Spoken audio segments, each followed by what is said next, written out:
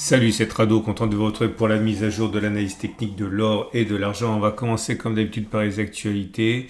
Alors c'est un petit peu en avance que je vous propose cette vidéo, quelques heures en avance pour vous laisser éventuellement le temps de réagir à ce qui se passe puisqu'on est, on le verra, sur le point d'inscrire un nouveau record historique, on va le voir.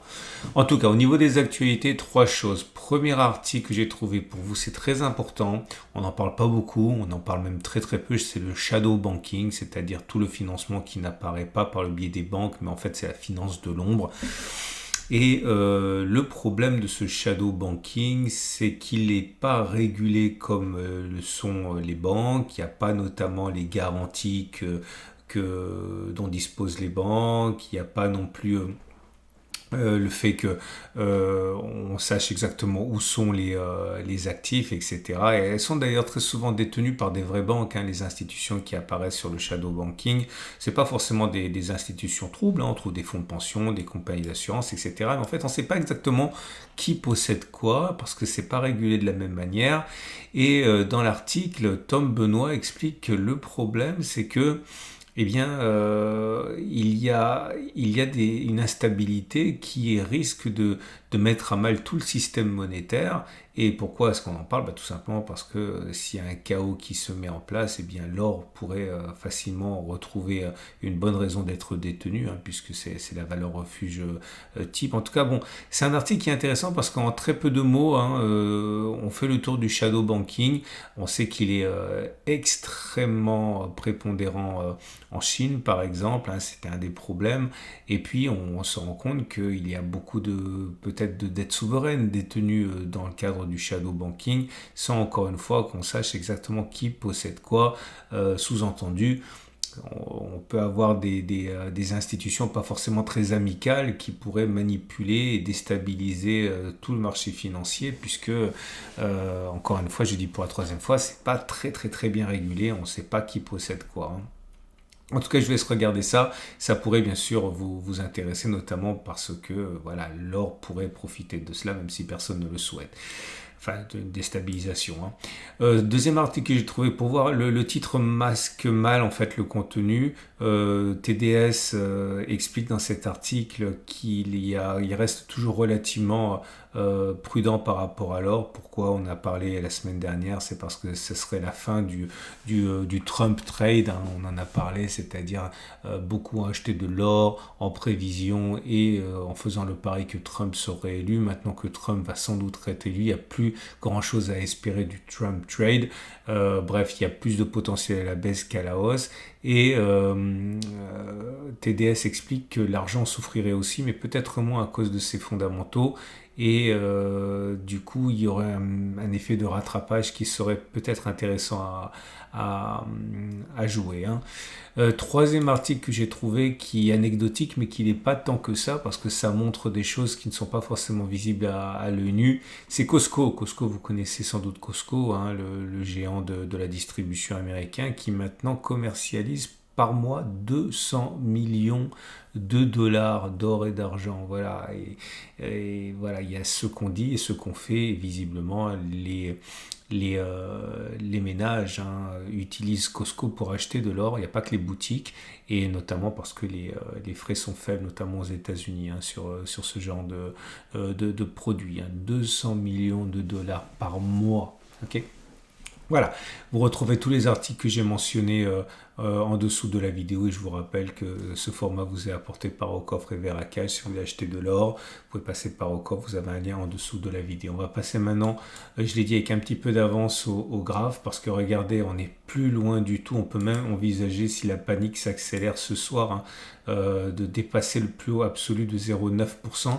En fait, si vous regardez les données hebdomadaires, c'est-à-dire une bougie égale une semaine de cotation, si on regarde le niveau de clôture, on n'aurait jamais clôturé aussi haut que ce mois. C'est-à-dire que ces mèches-là, ça veut dire qu'on est allé plus haut, mais au mieux, on a clôturé à 2416 euros Et là, si on clôturait sur le niveau suivant, bah, ça serait une clôture historique. L'or n'a jamais été aussi cher. Et c'est marrant, je parle du dollar, pardon.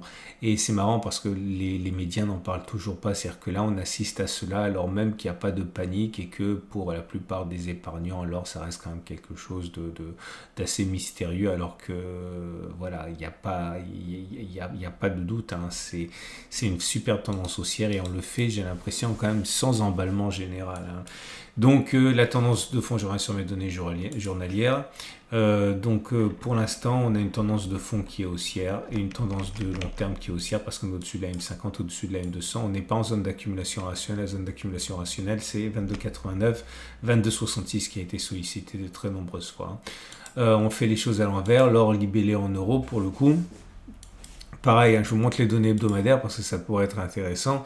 Mine de rien, là aussi, hein, on n'a jamais réussi à clôturer aussi haut. Hein. La précédente clôture hebdomadaire, c'était 2244, c'est-à-dire le vendredi soir. Et là, si on clôturait comme ça dans quelques heures, ce serait un record historique. Et toujours, je le répète, dans l'indifférence générale, parce que quand on parle argent et or, en ce moment, on parle surtout de médailles et c'est tant mieux. En tout cas, on n'est pas en zone d'accumulation rationnelle. Les zones d'accumulation rationnelle, c'est 21,02, 21,24, hein, je pense. Hein. Peut-être que je vais la remonter un petit peu plus tard, mais pour l'instant, hein, c'est ça. Tendance de fond haussière, tendance de long terme haussière. L'argent libellé en euros pour débuter. Et on l'a vu, l'argent est pénalisé quand même un petit peu par son aspect industriel et on sait que là, les doutes sur la croissance économique ne peuvent pas lui rendre service actuellement, mais on rebondit doucement. On a rebondi, la zone d'accumulation rationnelle, on l'a exploité, hein, c'était il y a 4 séances. Et la tendance de long terme est haussière, la tendance de fond par contre elle est baissière. L'argent mais libellé en dollars. C'est pareil, hein. On a connu une grosse attaque, une forte attaque baissière, et puis maintenant on a un rebond technique. La bonne nouvelle, c'est que la zone d'accumulation rationnelle a parfaitement joué son rôle. Hein. Ceux qui ont acheté sur ce niveau se frottent les mains. La tendance de long terme est haussière, la tendance de fond est baissière. On va passer au platinoïde. Et les mêmes platinoïdes qui réagissent de manière molle. Hein. Le palladium, toujours en tendance baissière, tendance de long terme baissière, tendance de fond baissière, zone d'accumulation rationnelle, 819, 734. Vous voyez, c'est pas une science exacte. Hein. Le palladium, j'essaie toujours de tracer au mieux les zones, mais là, peut-être que j'ai laissé passer un impact. Peut-être qu'il faudrait remonter un petit peu comme ça. Je sais pas. Bon, en tout cas, on n'en est pas très très loin. Si vous pensez que ça reste quand même un excellent pari pour l'avenir, vous pouvez accumuler sur un niveau actuel, hein, même si, je le répète, hein, les zones d'accumulation rationnelle, hein, c'est pas une science exacte, peut-être que j'ai laissé passer. Mais je répète, la tendance de long terme, la tendance de fond sont baissières. Le palladium, mais libellé en dollars, c'est la même chose. À ceci près que là, pour le coup, les zones d'accumulation rationnelle a bien fonctionné, on est dessus, c'est 915, 834 dollars, tendance de fond haussière, tendance de long terme baissière, enfin, tous les deux sont baissières. Et on va terminer avec le platine. Le platine libellé en euros qui rebondit lui aussi depuis quelques séances. Là aussi, j'ai pas beaucoup de chance ou j'ai pas beaucoup de talent ou je sais pas, appelez ça comme vous voulez, mais la zone d'accumulation rationnelle n'a pas été touchée.